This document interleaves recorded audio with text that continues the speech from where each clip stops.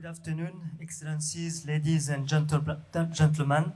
Thanks, Kingsley Strategic Institute, Tansri, Michael Yo, and Majid for your kind invitations. So session 2 will be quite challenging because the session after the lunch is always a challenging session. So I hope that my French accent will be quite require a lot of attention. So I'm very excited to share this session with such distinguished and diverse panelists from corporate to government, private sector, and academia. I'm sure their expertise will be beneficial for both of us. So let me dive into the topic of today. After seeing several topics yesterday from globalization 2.0, disruptions, ASEAN geoeconomics and geopolitics, RCEP, and so on, today's sessions will be focused on food security and climate sustainability in ASEAN. So let me provide you with this statement. By 2050, the world must feed 9 billion people. In Asia, it's the highest number of people facing food insecurity worldwide, 3 times higher than before COVID-19. There is a recent report in 2020 from FAO and UNICEF, figures 376 million people in Asia Pacific will face hunger. And in ASEAN, those challenges are mainly consequence of rapid urbanizations, growth of consumer classes, but on the top of that, climate crisis. Additionally, recent shocks in the food supply chain, such as those caused by the COVID-19, but also by the Ukraine war, accelerate these figures. I think that without progress on climate and biodiversity, there is no progress on food security. To address these connected challenges, we need unprecedented level of multilateral, private, and public sector corporations. So let me ask these main questions to those panelists today. How can your respective business, institution, and also from your experience can address these challenges, both on security challenge, but also climate sustainability? Let me ask this first question to Mr. Gavin Chong. He's the president and chief strategy officer of Gokomodo, an Indonesian agriculture supply chain company that empowers farmers and the rural economy. Mr. Gavin. Thank you very much.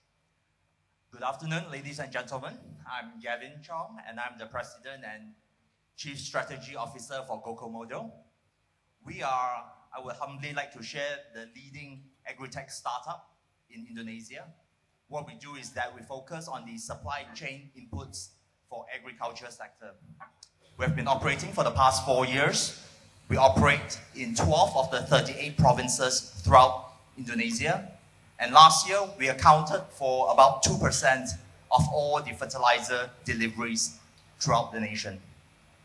Firstly, I would like to thank the organizers for inviting Gokomodo to speak at this forum, particularly on this topic, food security and sustainability. It is something that's very close to our hearts, and it is in fact the crux of what we do at Gokomodo. On the matter of food security, throughout ASEAN countries, perhaps with the exception of Singapore, the bulk of the calories, the bulk of the food is actually locally cultivated.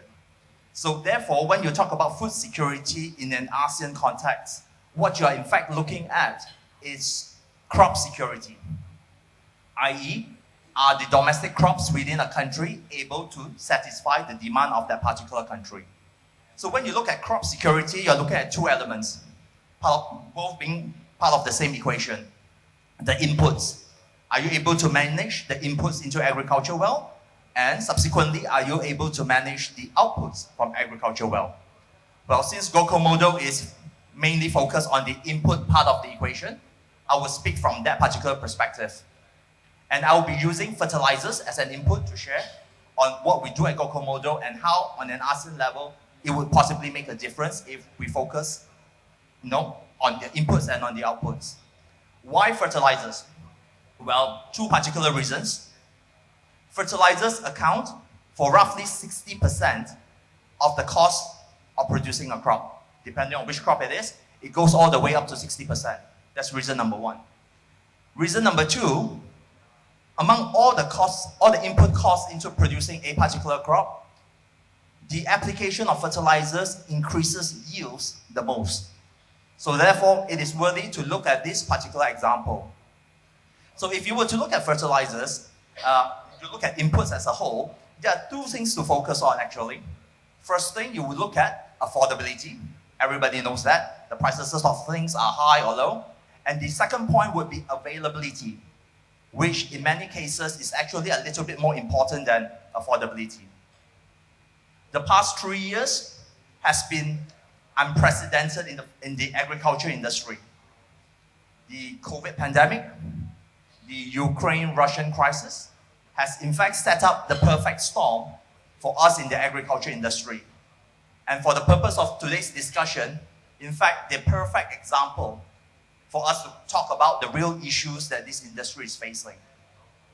With regards to the Ukraine-Russian crisis, we already know that prices are very much interlinked globally, whether it's agriculture inputs or agriculture outputs. We already know that the buying patterns of farmers in Brazil will impact the prices for the farmers in Vietnam.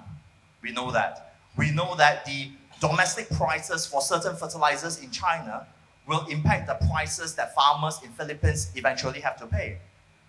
But the Ukraine-Russian crisis has made this way more extreme. Let me share an example. Russia exports roughly 30% of all the fertilizer needs globally. Everybody knows that. The European Union knows that. The Americans know that. Therefore, fertilizers is not a sanctioned product. It's not sanctioned because it's critical for food security, hence humanity, etc. Unfortunately, many businesses, many corporations, bank, logistics company make self-sanctioning decisions. Therefore, whether a logistics company based out of Norway would be willing to ship Russian fertilizers to our part of the world, and if they are willing to do so, what risk premium would they charge on freight? What prices would they charge for freight? Thus affecting prices within our area of business. So it's very much interlinked, and this is something that at GoCo model we look at on a daily basis. We try to absorb as much data as possible. We try to use tech to interpret those data, and we look at it on a global basis just so that we can make the right decision in terms of procuring the right fertilizers at the right time to supply a location in, say, Kalimantan Barat, for example. If we look at the COVID pandemic, that's also a very interesting scenario. The agriculture industry was very resilient during that period. It was hardly affected because, once again, governments know that food has to reach the tables of their populace. Demand was very strong. The economy wasn't too badly affected in terms of disposable income. Yes, people were not eating out, but they were eating at home. And more often than not, everybody gained COVID weight. They were eating more than they should be at home. But the problem, therefore, wasn't a matter of affordability. The problem we saw during COVID was a matter of availability. The governments, the port authorities tried their very best to ensure that there is a smooth flow of inputs, fertilizer being the bulk of it, and also exports, grains, etc. But because of domestic logistic issues, lockdowns, and so forth, issues from origination, ports, the exporting ports, issues at destination, the importing ports, over that COVID period, a serious bottleneck in terms of logistics developed. And crops did not get where they should go, inputs did not get where they should go. Our president, Pak Jokowi, shared earlier this year that for 2022, the farmers in Indonesia received roughly 9.8 million tons of fertilizers, when in fact, what the farmers needed for productive, accurate yield is about 30 million tons. And that simply means that in Indonesia last year, the farmers received about 3 million tons of fertilizer less than what they should be getting. That equates to roughly 23%. Now, this is a very serious problem. It is not due to affordability. It is simply due to the fact that the fertilizers did not get where it should go at the right time. And this problem is particularly challenging in the ASEAN region as compared to places like North America or places like Brazil. Now, why is that the case? It's because of the nature of the crop that is being planted throughout the countries in the ASEAN region. In most places, farming is at a farmer level, small hectareage, small planting. There is no automation. The type of crops that we plant in ASEAN, your parity, etc., is highly dependent on the weather. Therefore, getting the fertilizers, getting the inputs onto the ground at the right timing makes the biggest difference. If you send me the fertilizers 4 weeks late, you better don't send it to me at all, because I wouldn't need it 4 weeks later. I need it there and then. So what we're trying to do is that we're trying to address all these issues at our level. Moving on to sustainability. The word sustainability and ESG is bandied about a lot right now because it's a very popular catchphrase. It is the word, it's the phrase of the season. But for us in the agriculture industry, it cannot be the word of the season because the fertilizer business, the agriculture business is a long-term business. It is not a one-season wonder. And the issues facing the whole industry throughout the region, throughout ASEAN, all the different countries, are very real and very long-term issues. Just to name two. Firstly, labor. Labor is a massive issue in terms of sustainability. Which young person, male or female, will want to grow up to be a farmer? That is a big challenge. Going back to the fact that in ASEAN, in the ASEAN countries, the nature of our crop is not monocrop, is very low in terms of automation. We actually need manual labor to get the right yields. The second point, crop economics. If farmers only operate at a subsistence level, if doing farming work is only sufficient to get food on the table, then that is all they're going to do. If farming does not get beyond putting food on the table, if farming does not prosper them, they will not go beyond that. So these are issues that goes to the point of sustainability. Do I want to farm? I am farming. Do I continue to farm? Would I encourage the next generation to farm? Therefore, we have to make farming profitable. And that is very key to what we do at Gokomodo. In terms of solutions, then how can we address this very quickly? How can we address that at the ASEAN level? We at Gokomodo, we have two ideas that we believe would have a direct and immediate impact. Idea number one, let's talk. Let's talk about prices. Let's talk about prices on the monthly basis. Perhaps different associations representing the various countries in ASEAN could have a dialogue on a monthly basis to talk about fertilizer prices as one example. Now, why is that important? That's very important because Pupuk Indonesia exports urea to Thailand. That's very important because Petronas exports fertilizers to Philippines.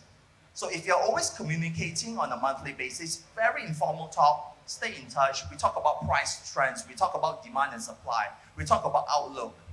It ensures that the affordability question is always addressed. The availability questions is always addressed. Do you have sufficient stocks? Are your factories producing? I am buying so and so, when and when. The next thing to talk about is actually, the next point, is to talk about best practices. Now this is really curious, right? We in ASEAN, we plant, we cultivate roughly the same type of crops. Paddy, oil palm in certain areas, fruits, cash crops. But the farming practices in Vietnam differs from that in Philippines, from that in Malaysia and Indonesia. So let's compare best practices. Some of the farming practices are cultural, based on what they've been doing for many years. Some are good, some are perhaps less good. So let's talk.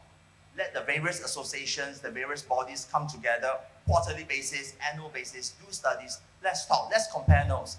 Let's compare the choice of seeds you use, the choice of farming equipment you use. So if we start talking more, we ensure that our neighbors farm well. And if our neighbors farm well, then as a region, inevitably we'll be secure and we will prosper. Before I pass the time on to my fellow speakers, GoCo Model is always available to take questions, to share ideas, collaborate. So we are easily reachable, so please feel free to reach out if you want to discuss something along these lines. Thank you. Thank you, Mr. Gavin Chong, for your expertise on fertilizer. Also, you pinpoint the importance of data, the role of data, but also sustainable agriculture. Thank you. Now, next, I want to welcome Mr. Joseph G.D. Cruz, Chief Executive Officer, Roundtable on Sustainable Palm Oil, the world's leading sustainability standard for palm oil. So, what are your thoughts on this challenge?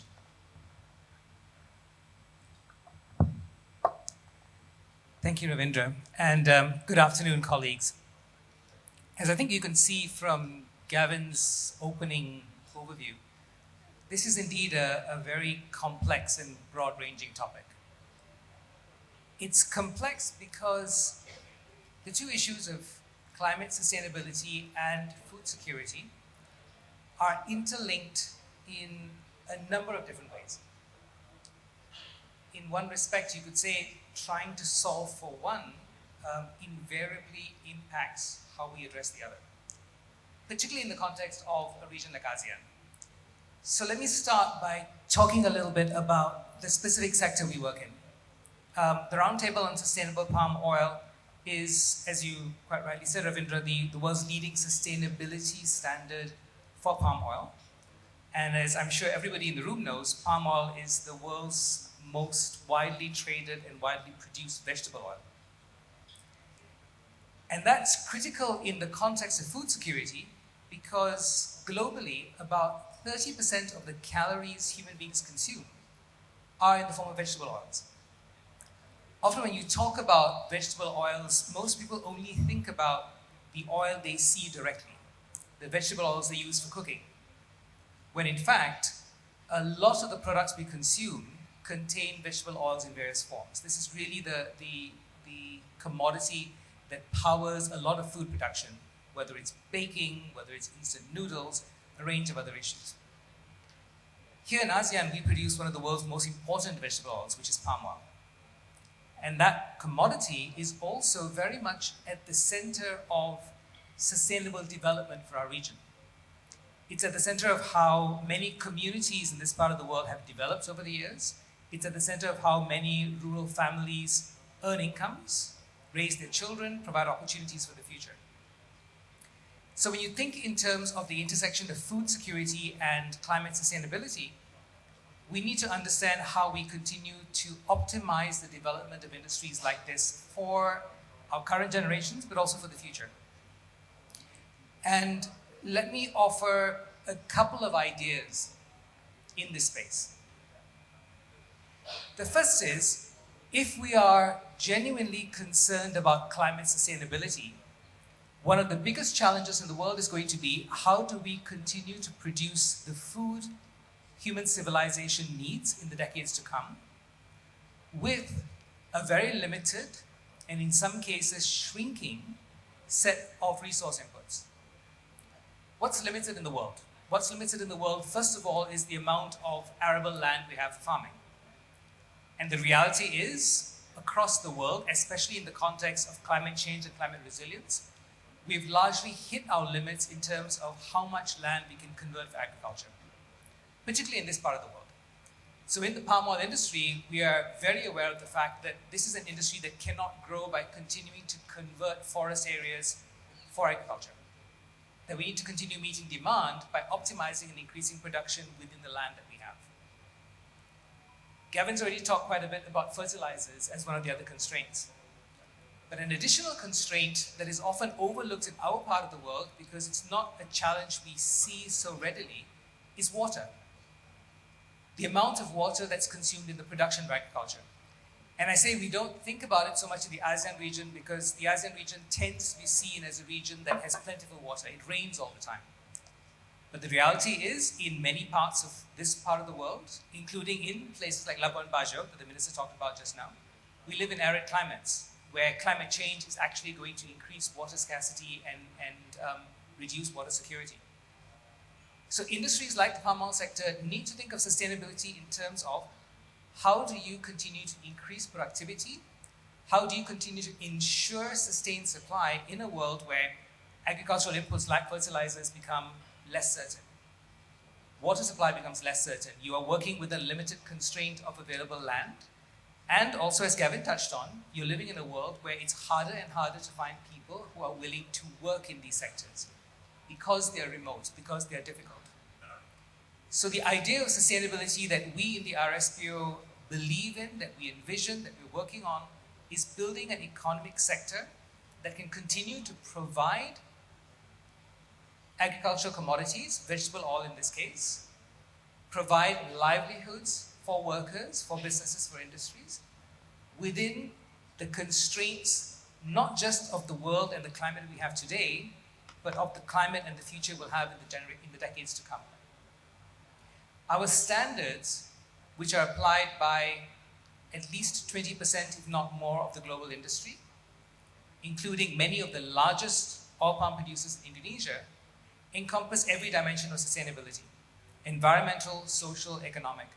And by abiding by these standards, and by continuing to improve them over time, we are, with our partners, leading the way in how you develop an agricultural sector that can precisely continue to meet the food security needs of our region and of the other communities of the world that depend on our industry, while staying within the increasingly challenging constraints of resource availability, land availability, food availability. And that covers very much the production side of things. But there is an additional challenge here, which I think touches on what our colleague Daisy is going to talk about in a minute, which is continue to ensure that that production continues to be affordable and available to people where they are. Ensuring that the supply chains provide food at an affordable price to people who live in urban areas, in peri-urban areas, to the poor. And that human dimension of sustainability is something I also urge that we should prioritize and focus on. Not just making sure industries produce food, but that our economies and our societies and our social systems deliver that food to the people who need them where they are. Thanks. Thank you, GD. I think you mentioned the importance of natural resources, land, soil, water, but also the challenge of balancing the different dimension of sustainable agriculture development. Thank you. Okay, so let's move to our fourth speakers while Dr. Tam will come back with the audio system. So Mr. Rajendra Aryal, it's a representative of the Food and Agriculture Organization of the United Nations for Indonesia and Timor-Leste. So we are very happy to hear from you, Sat. No, thank you very much. Thank you, Ravindra. I think Gavin touched upon a lot of things, you know. The hunger is rising. I'm trying to bring a little bit of different side of the story. You know, the report that was published last year, it was a joint FAO, WFP, UNICEF, WHO report on the food security and nutrition in Asia Pacific.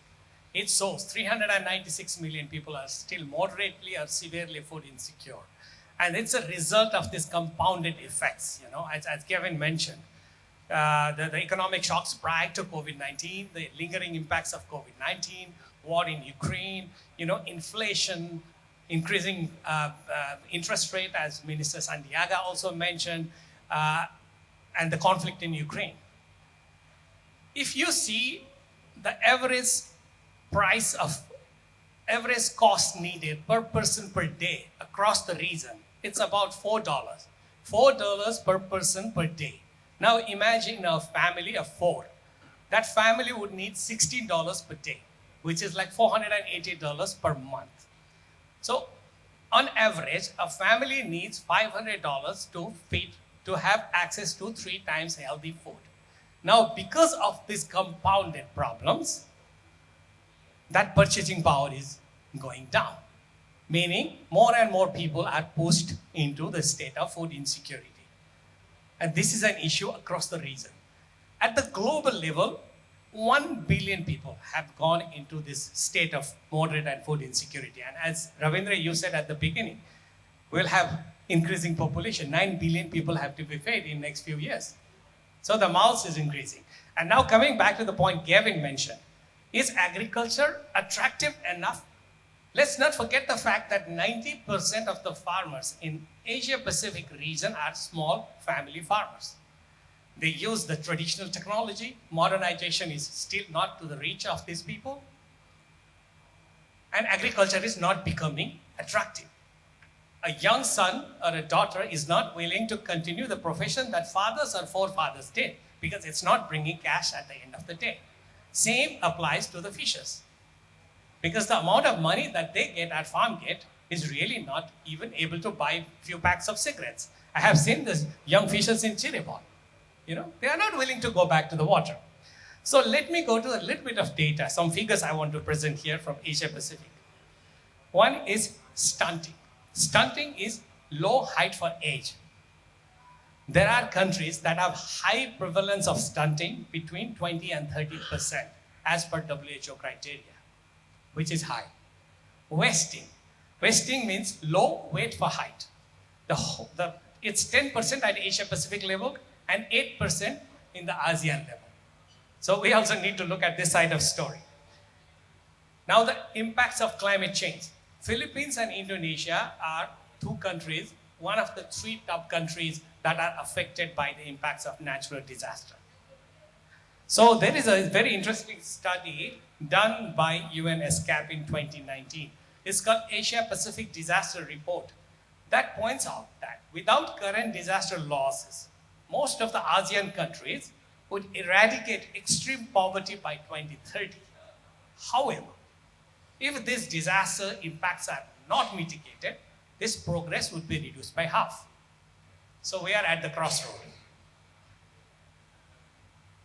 And this whole, the gamut of issues have brought us to a crisis, as in FAO we call 5F crisis. Kevin touched upon that. Food, fuel, feed, fertilizer, and finance.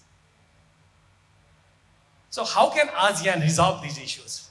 I mean, it's a way to go. Resolving, I don't know if it's the right word, but I think we can put our efforts together to at least mitigate. First is focus on resilience and long-term transformative changes, on transforming this agri-food system and system to manage disaster and climate risks. And there are some activities going on. For instance, there's something called ASEAN Climate Resilience Network, which comprises of ASEAN senior agriculture officers. FAO is working together with GIZ, European Union, and other partners, and supporting this climate resilience network. Another thing that we really need to look at is anticipatory action. Last year, during that global platform for disaster risk reduction in Bali, FAO signed this ASEAN framework for anticipatory action in disaster management together with ASEAN. And this is the first ever framework prepared globally.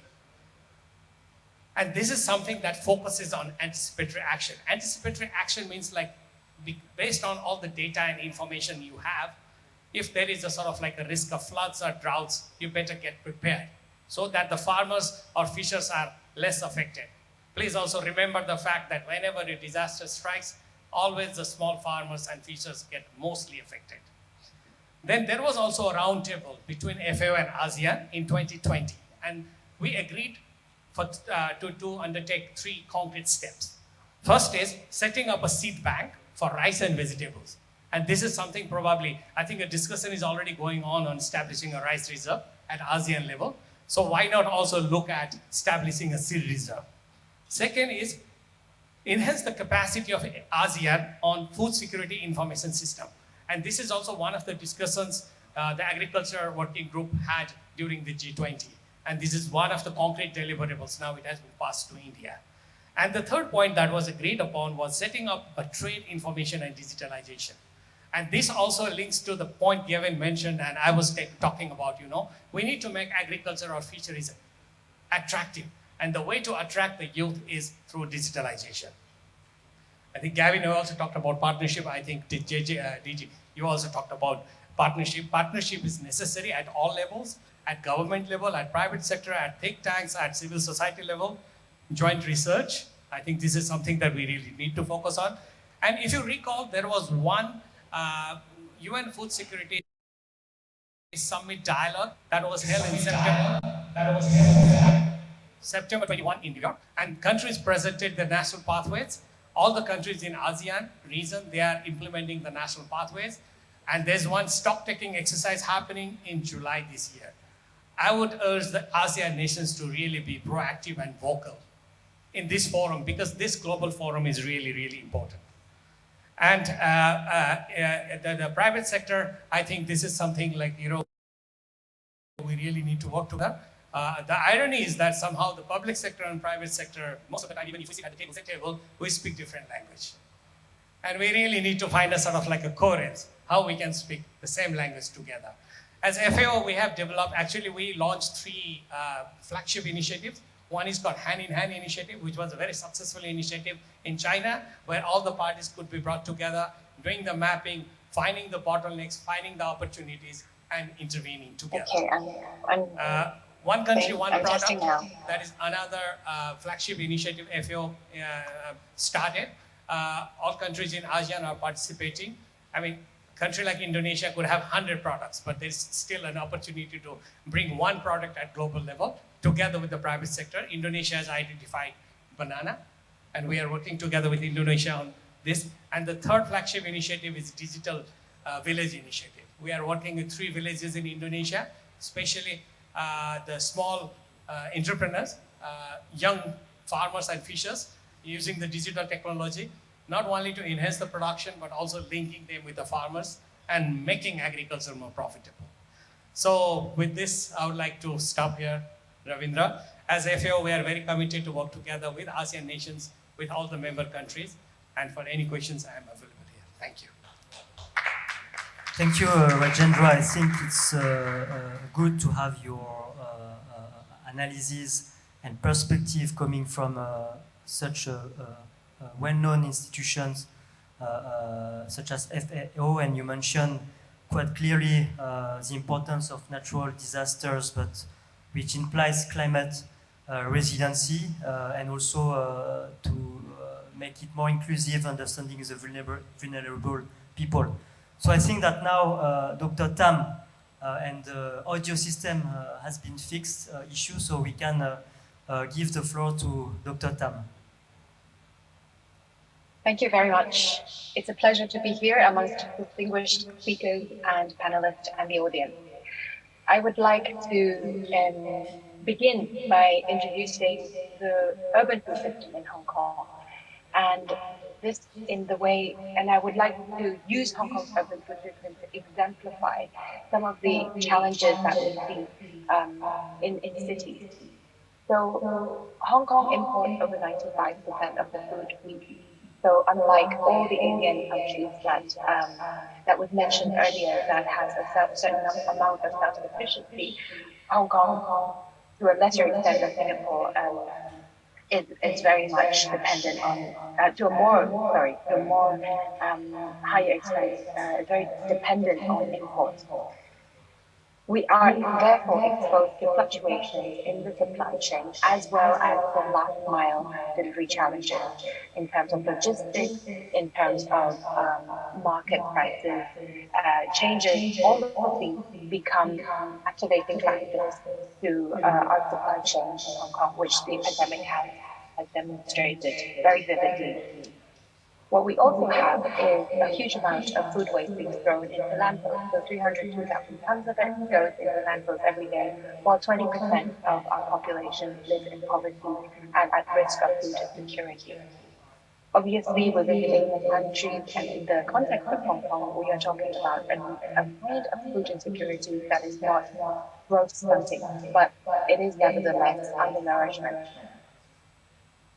And I want to raise this example as a very as demonstrative of many urban systems. When we talk about ASEAN and we look at countries, I think there is a difference between urban areas, peri-urban areas, and rural areas. So I am reaching out to the Singapore, to the Manila, to the Jakartans, um, and trying to formulate a sort of partnership in order to look at the specific challenges that cities face. Because not every mouth that we need to feed is homogeneous and it's the same. Urbanites consume 70% of the natural resources and produce the equivalent of greenhouse gases. We are highly energy intensive because of our diet, because of our lifestyle, etc. As an academic, I see the challenges of not being able to work with government and government organizations. Within the city, I think there are good examples out there. Again, Singapore is a good one to draw from. They have produced intra-governmental organizations whereby the food and health and safety and nutrition, they all speak to each other or at least have a infrastructure that could allow for collaboration. In terms of policy change, the coherence that is required must be facilitated by these kind of intra-departmental conversations. Apart from being an academic and looking at policy change from a top-down level, I want to also put on my hat as a civil society organizer. I organize food rescue operations and work very actively in civil society. What I do see, the initiatives coming from civil society are a very agile response to the lack of urban food systems, to the lack and the challenges, to when the supplies are being affected and people are lacking food on their tables. Civil society responds very well within a charitable network and drawing from NGOs, sectors, and resources from these places.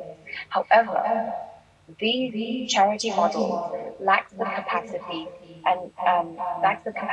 for growth and collaboration because their visions are often weighed down by operational concerns. As an educationist, what I do see is that the youth are extremely interested in sustainability and extremely interested in, even in the case of Hong Kong, returning to agriculture. But there is not enough opportunity. The awareness has been raised, but there is not enough follow-up to allow our youth to re-enter and participate. Because in the case of Hong Kong, and I imagine a lot of cases also in urban areas, sustainability and charity and good practices have been siloed into smaller, exceptional sort of networks and seen as a supplier of deliverable to funding grants to bodies. But they're not considered as drivers of social change. So what I'm seeing as an academic, as a researcher, as a charity, as a founder of a charity, an educationist and an entrepreneur, I do see that bottom-up solutions are much more agile and can be tapped into a source as a driver for social change and not just as a sort of deliverable. And to think about it in these ways and to reach out in collaboration on city to city level across the ASEAN network would be something that I'll be very interested in pursuing. Thank you. Thank you, Dr. Tam, to bring also your academic approach, and especially within the urban environment in Hong Kong. So our last speaker is His Excellency Dr. Chem Reddy, Minister Delegate attached to the Prime Minister and Secretary of State for Industry, Science, technology and innovation in Cambodia. The floor is yours. Thank you. Pardon, qu'est-ce que tu dis? I'm always teasing my good friend Ravinda for his French accent, but he briefed me before we started. So I'm here not in my capacity as a minister at the Prime Minister office, but more as a policy research scholar at ABI, and before that at the Cambodia Development Resource Institute in Cambodia, CDRI, where we conducted many research on policy for poverty reduction, supply chain, value chain, or whatever, on crop, on rice. So I have some general knowledge. I am a professor of technology and humanities at Camtech University in Cambodia. So I look at the human dimension of any technology, and much needed today. And also looking at food security, which is not my expertise at all, but looking from somebody who had been at the intersection of many disciplines that at one point food security become an issue. I'm a medical doctor. During my younger year, I did 2 or almost 3 years of pediatric surgery. So because of in Paris, because of the nature of that surgery, very complex, we receive a lot of patients from sub-Saharan Africa. So when they come to the department, not only they have their diseases, but also many of them, 80%, are not well fed. So that's one thing. So that my first exposure to what is you mentioned sun, for example. And lately, before I came back to Cambodia 9 years ago, I was the director of the Division of Human Health at the International Atomic Energy Agency. And just by sheer chance of my appointment there, it happened that in my department, my division, we have a section on nutrition also. And nutrition looking at how we use nuclear technology to look at various aspects of nutrition. And also in relation within my department with FAO and IEA, my colleagues were working a lot on technology of crops, etc. So all this put me at the cross-section of that. So if you look at that, many things have been said. Thank you. I learned a lot from all of you. It's always good to be the last to talk. When you start first, sometimes you say something that maybe not that so correct. So being the last one, I'm privileged as a non-expert. So first of all, as also a Secretary of State of Industry, Science, Technology and Innovation, so STI. STI actually play a pivotal role in agriculture productivity, resilience, and sustainability. So therefore, it addressed many challenges of this food security. So look at the two aspects is that there's one concept of in the past, but still valid today is agricultural extension. And to define in a lay language for those who are not experts is that just to bring information to the farmers, scientific reasoning, some technology there, and just by, not by chance, by destiny, it had my daughter-in-law, father, the late father, actually defend his thesis on a model of agricultural extension for Cambodia some 25 years ago. So the principles are still there. I still believe that agricultural extension is still needed and only the tool changes. And you look at the tool now, it changed a lot because I believe, maybe it's a dream that all of us face in many countries that face a rapid urbanization, that we need to stop the immigration of rural youth to cities. And one of my dreams and my thinking, I don't know whether right, is that if you provide them with toys, they will stay there.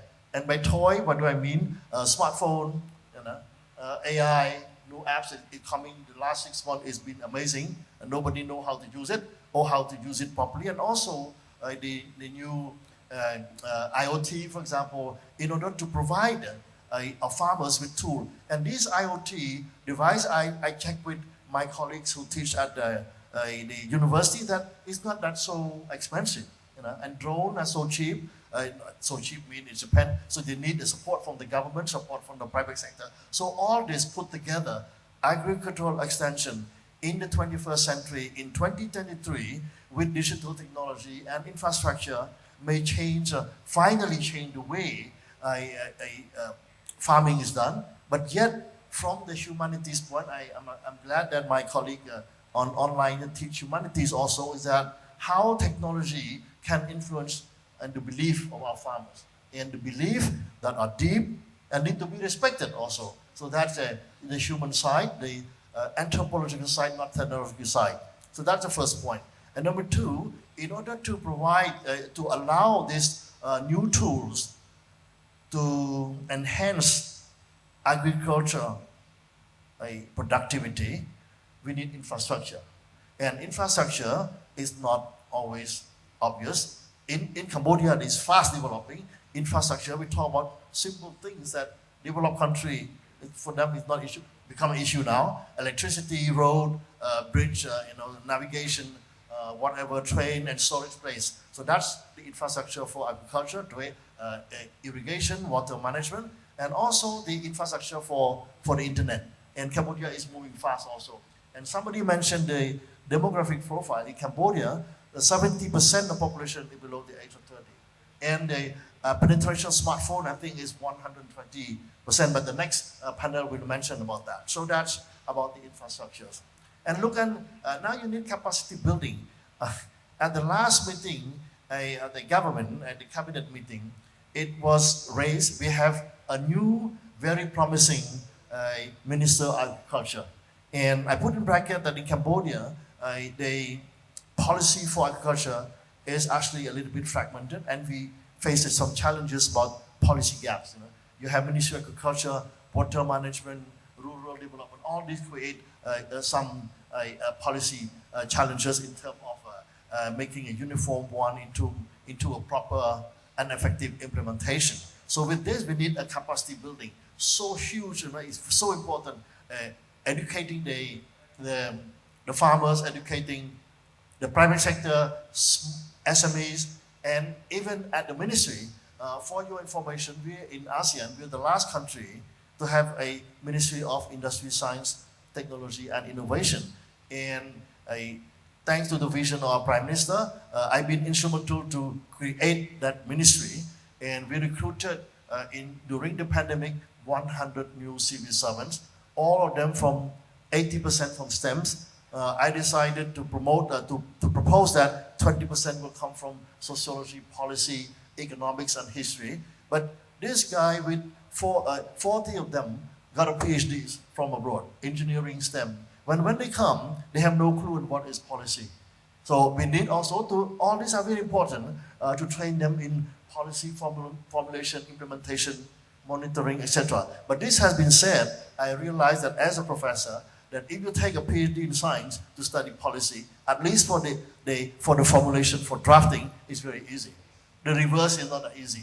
You cannot turn a policy expert to look at the digital technology, AI, or extension. That take more of a science for that. But this has been said, it's kind of an active place for training. And the public also has to be educated on what is food security, how not to waste food, etc. So it's huge public education is needed. And then the third point is partnership. You mentioned food security. I think it would be very arrogant for a country to say that I'm sufficient in food. I don't believe in that, particularly with climate change. Yeah, we're living in the era of Anthropocene, where we have destroyed the geological balance in the world. So we need a cooperation, regional and fantastic today, with nobody need to stress on the importance of ASEAN. We do that, we try our best for that. Our role in fighting pandemics, for example, but also I'm talking about a collaboration, cooperation at different level, government to government, government to international donors for a country like Cambodia, a public-private partnership, who's going to fund that, and then thank you for inviting all these distinguished colleagues from the private sector. So the partnership is important. Policy, I mentioned briefly, it's important. STI, science, technology, innovation, is a mindset. It's about using scientific evidence to brief to design policy. And that also is a big challenge for that. So overall, I think looking at all this very complex, the food security depends on many reasons, and we mentioned the perfect storm. The proxy war in Ukraine, a rivalry of the big superpowers affect our country in this part of the world, affect particularly countries in Africa who depend on grain coming from Russia and Ukraine. So all of this I think we should push, raise, promote the dialogue. You look at the media, particularly from the West, it's all go to war, go to war, go, destroy, win. The dialogue is very scary. We should come back to diplomacy. And I see Dr. No here, he would support the diplomacy is important. You can have a difference, but certainly you can come to the table. No dialogue, and anyway, when you look at what's happening, the war, the crisis, there's all these security issues, to me, are the result of the lack of dialogue and the attitude of warmongering around the world. So all in food security, I believe that this KSI kind of conference of a panel is a perfect dialogue to discuss about that. And because I look at the angle of SDI plays a pivotal role in enhancing agricultural productivity, resilience, sustainability, and offering solutions to address food security effectively in the future, I hope. Thank you very much. Thank you, Dr. Reddy, for providing this interesting thought. So we have still some time. Now I will open the floor for conversation and thought. So if some of you have some question, please raise your hand and address to the guest speaker, please. Thank you.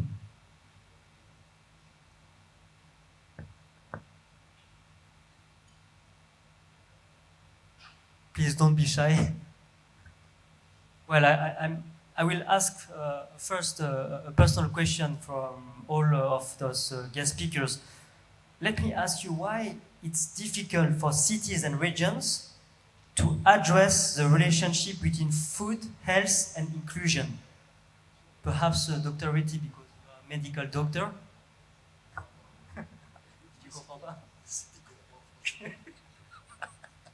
I will repeat again. Why it's difficult for cities and regions to address the relationship between food, health, and inclusion? Wow, that's a philosophical question. You know, I think that cities and the region are certainly different by resources. If you look at the health perspective, let's look at food and nutrition in health perspective. I used to live 15 years in Canada. I work in Montreal. You have, I forgot the exact number, but a lot of doctors for a population crowded in the city. It's very difficult to send doctors to work what they call the remote region. You go there, it was 30 years ago, incentive from the government, they give you $50,000 go there. After 1 year, 2 years, they come back because it's so isolated. And as a result, I think one point, at least from giving perspective to that, is the kind of telecommunication for that, telemedicine, for example. And also inclusive. Inclusive is about the style of governance. I've been to Cuba twice. It's a fantastic model of inclusiveness. Nobody left behind. They got embargo for 50, 60 years. I visited the hospitals in my capacity as the director of a UN organization. They have materials that are old as 50 years that we donated them is still functioning. So it depends what is the priority of the government. During the COVID time, I think Cambodia, as a small country with limited resources, we achieved a great result compared to very developed country. It depends where the priority are. And when you go to a rich country, it's about profit, it's about discrimination. I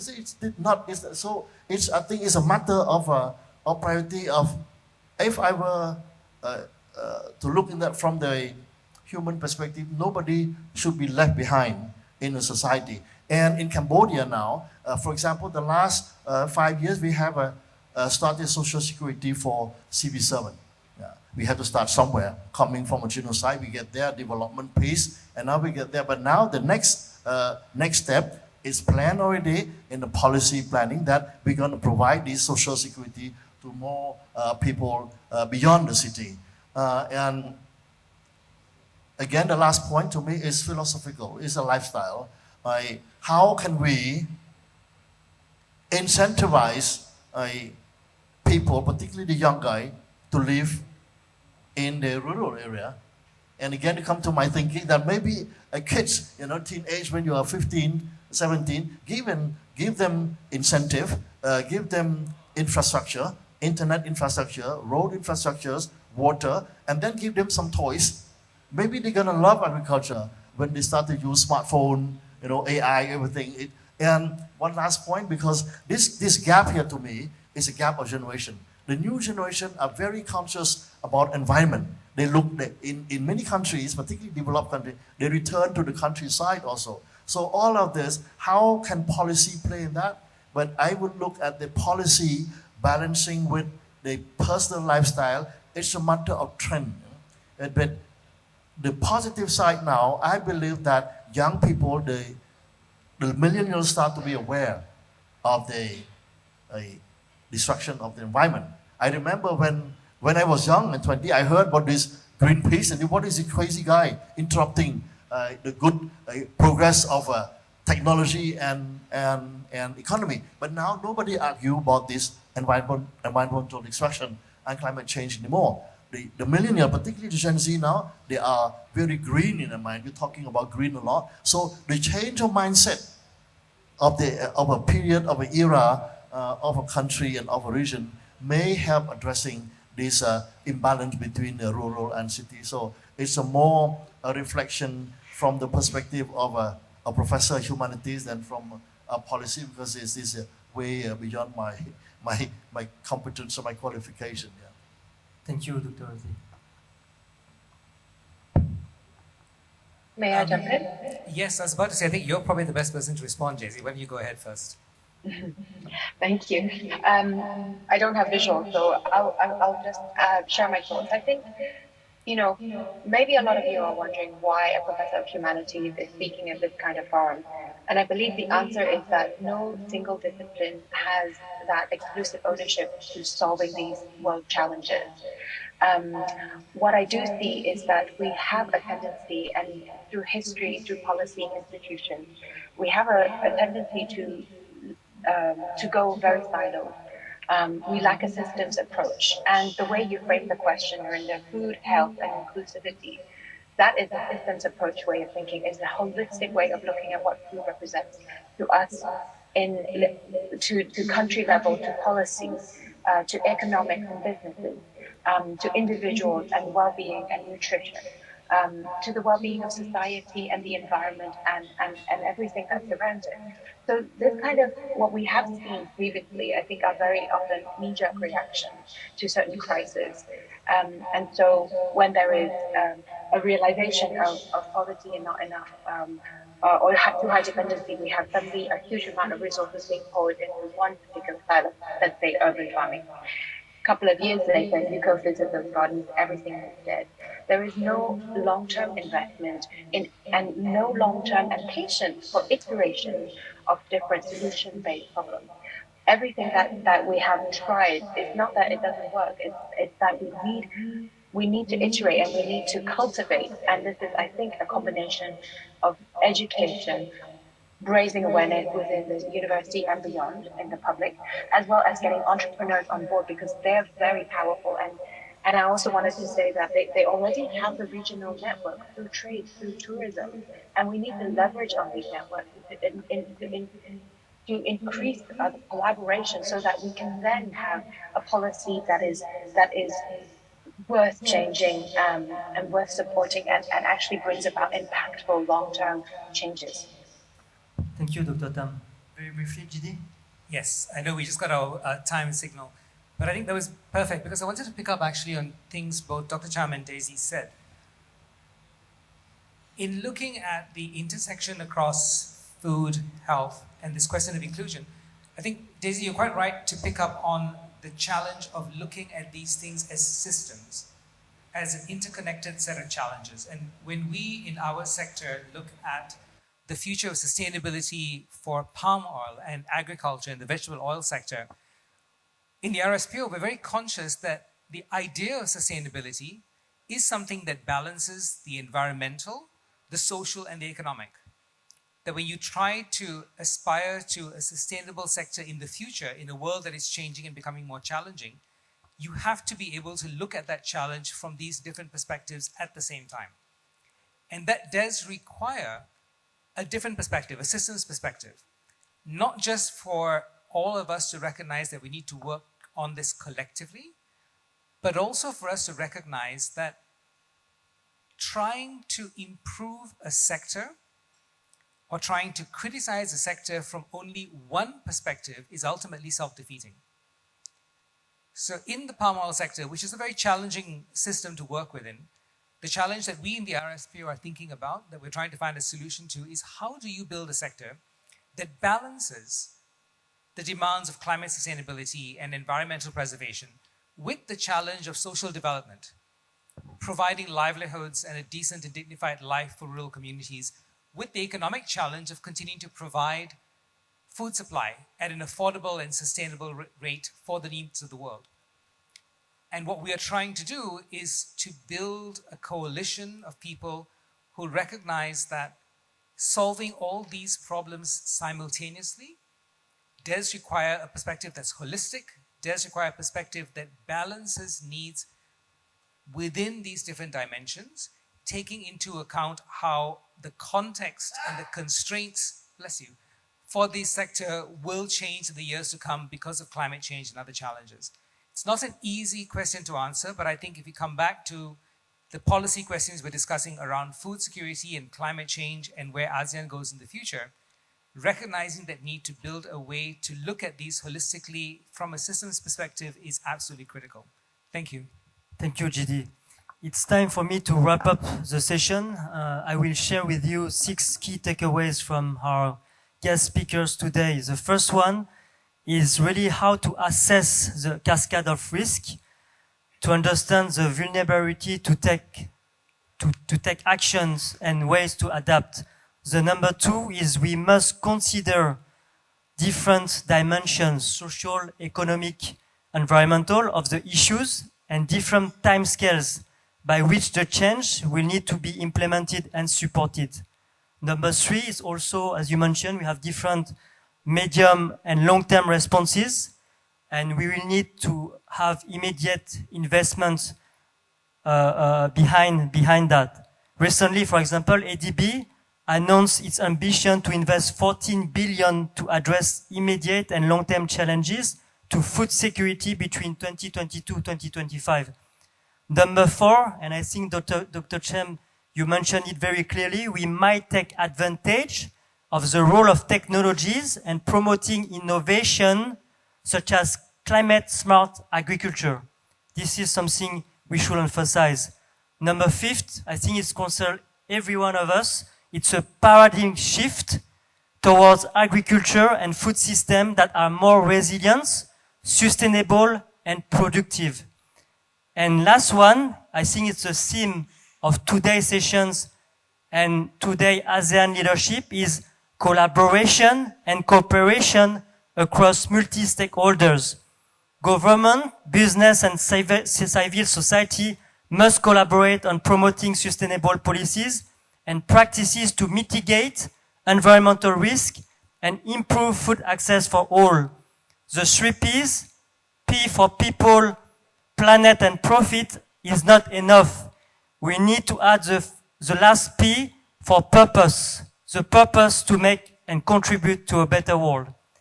On that final note, I would like again to thank our distinguished panelists for these fruitful and engaging conversations, KSE, Tan Sri, Michael Yeo, and Majid Khan, and all our participants today. Thanks again. Thank you. you very much to our distinguished second panel on food security and climate sustainability in ASEAN for a wonderful discussion. I'd like to invite all our panel members to